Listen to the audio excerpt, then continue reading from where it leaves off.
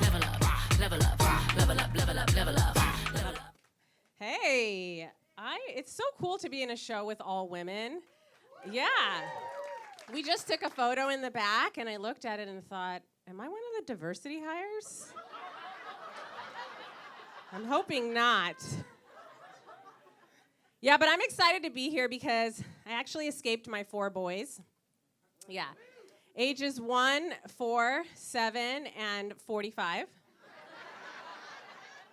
It's the big one that's the most difficult to raise. But I am thankful that I'm not dating right now because I hear all of these people talking about like horror stories of online dating. And I met my husband the traditional way. You know, we met through a friend at a wedding, and then he stalked me for 2.5 years until my boyfriend and I broke up. We've been married 9 years now, so all I'm saying is don't underestimate the potential of a stalker. Okay? And being married so long, I feel like I have a pretty good grasp on, marriage and its responsibility. And I realized the Beatles lied to us. Love is not all you need. There are a lot of other things.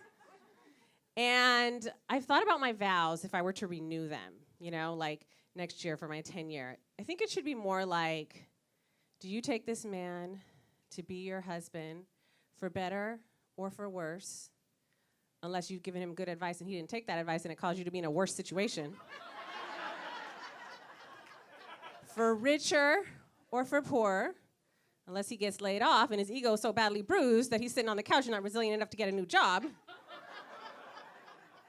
In sickness and in health, unless he's diagnosed with a manageable disease, like high blood pressure or diabetes, and doesn't work out or take care of his eating, and makes me a potential caregiver in the future. Till death do you part. Or he mess up one of those other vows. I'm just saying, responsibilities, But it's good, it's great being married with kids. My husband helped me have experience the happiest day of my life, which was actually the day that I went to the Oprah Winfrey show. No joke. Yeah, anyone who tells you anything different clearly hasn't sat 10 feet away from Oprah Winfrey. My kids are great, though, They're cute. They come in a distant second. And mainly because they're kind of little gangsters, okay? Like, they have no fear. They think it's their territory. They're threatening people. I tell my son, my 1-year-old, I'm like, don't you touch that over there, okay? Don't touch that. And he just looks at me with those big eyes. I'm like, don't touch it. He's like, don't touch it again. No fear. And my 4-year-old, we go to sleep, wake up, there's been a house party. Okay? Kitchen's been ransacked. Toys everywhere, TV's on. He's laid out on the couch with a red ring around his mouth, drunk from Kool-Aid. I'm like, who did you have over?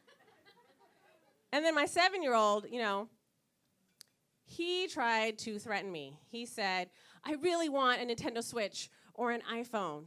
I was like, well, you're not getting that. And he's like, well, if I don't get it, then I'm going to rip up that Mother's Day painting I made for you. No, sweetie, don't do that. Please hand it to me. Took care of that for you. Who's gangsta now?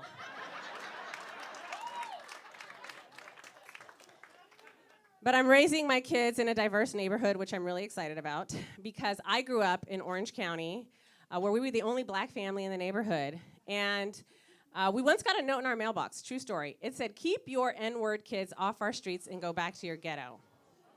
I know, right? Can you believe they used that word? Ghetto?